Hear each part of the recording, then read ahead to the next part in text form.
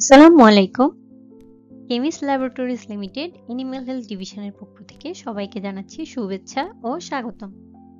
আজকের ভিডিওতে আমরা পোল্ট্রির একটি গুরুত্বপূর্ণ রোগ সম্পর্কে জানব। আজকে আমরা পোল্ট্রির শ্বাসতন্ত্রের একটি গুরুত্বপূর্ণ রোগ সিআরডি সম্পর্কে জানব। আজকের ভিডিওতে আমরা এই রোগের নামকরণ, কারণ, সংক্রমণ, রোগের লক্ষণ, চিকিৎসা, প্রতিরোধ এবং নিয়ন্ত্রণ সম্পর্কে সংক্ষেপে আলোচনা করব। প্রথমে জেনে নিই রোগটির নামকরণ সম্পর্কে।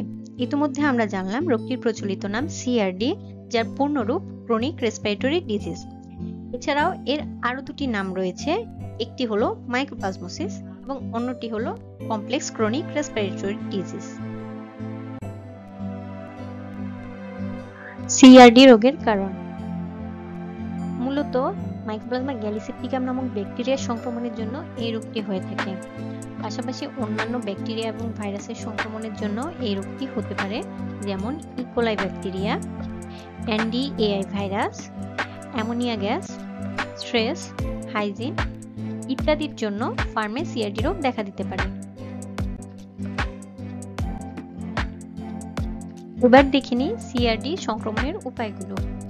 প্রথমত, এই রোগটি এক মুরগির মল থেকে অন্য মুরগিতে ছড়াতে পারে, বাতাসের মাধ্যমে ছড়াতে পারে, ফার্মে থাকা বিভিন্ন আসবাবপত্রের মাধ্যমে ছড়াতে পারে, এছাড়াও সরাসরি সংস্পর্শের মাধ্যমে ছড়াতে পারে। সবচেয়ে গুরুত্বপূর্ণ যেটি, এটি ডিমের মাধ্যমে মা থেকে বাচ্চা মুরগিতে সংক্রমিত হতে পারে। এই রোগ হলে মুরগিতে আমরা যেই লক্ষণগুলো দেখতে পাবো সেগুলো হলো সর্দি, কাশি, নাক দিয়ে পানি পড়বে, মুরগির চোখ দিয়ে ফেনাযুক্ত পানি পড়বে, হা করে নিঃশ্বাস নিতে দেখা যাবে, মুরগি ঘর ঘর শব্দ করবে, খাবার কম খাবে এবং ওজন বৃদ্ধি ও শারীরিক বিকাশ কমে যাবে, ডিম উৎপাদন ক্ষমতা এবং ডিম ফুটার হার কমে যায়, সর্বশেষ মুরগিকে খুঁড়িয়ে হাঁটতে দেখা যায়। সিআরডি রোগের ক্ষেত্রে সংক্রমণ হার 100% এবং মৃত্যু হার 30% পর্যন্ত হতে পারে।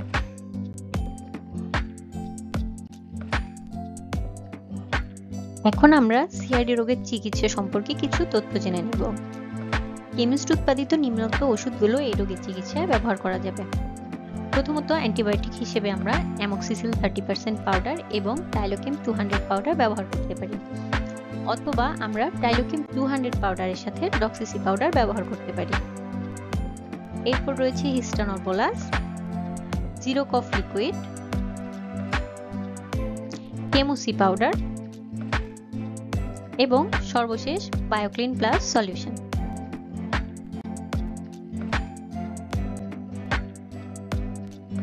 প্রতিরোধ এবং নিয়ন্ত্রণ। কোনো খামার সিআরডি দিয়ে সংক্রমিত হলে সেটি চিকিৎসা করা বেশ ব্যয়বহুল এবং কষ্টসাধ্য, তাই আমাদের উচিত প্রতিরোধের দিকে আরো বেশি মনোযোগ দেওয়া।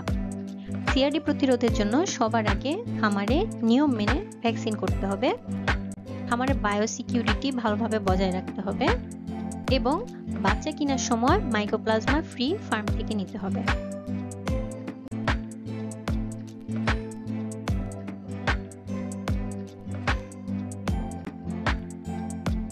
কেমিস্ট্রির সাথে থাকার জন্য সবাইকে অনেক ধন্যবাদ।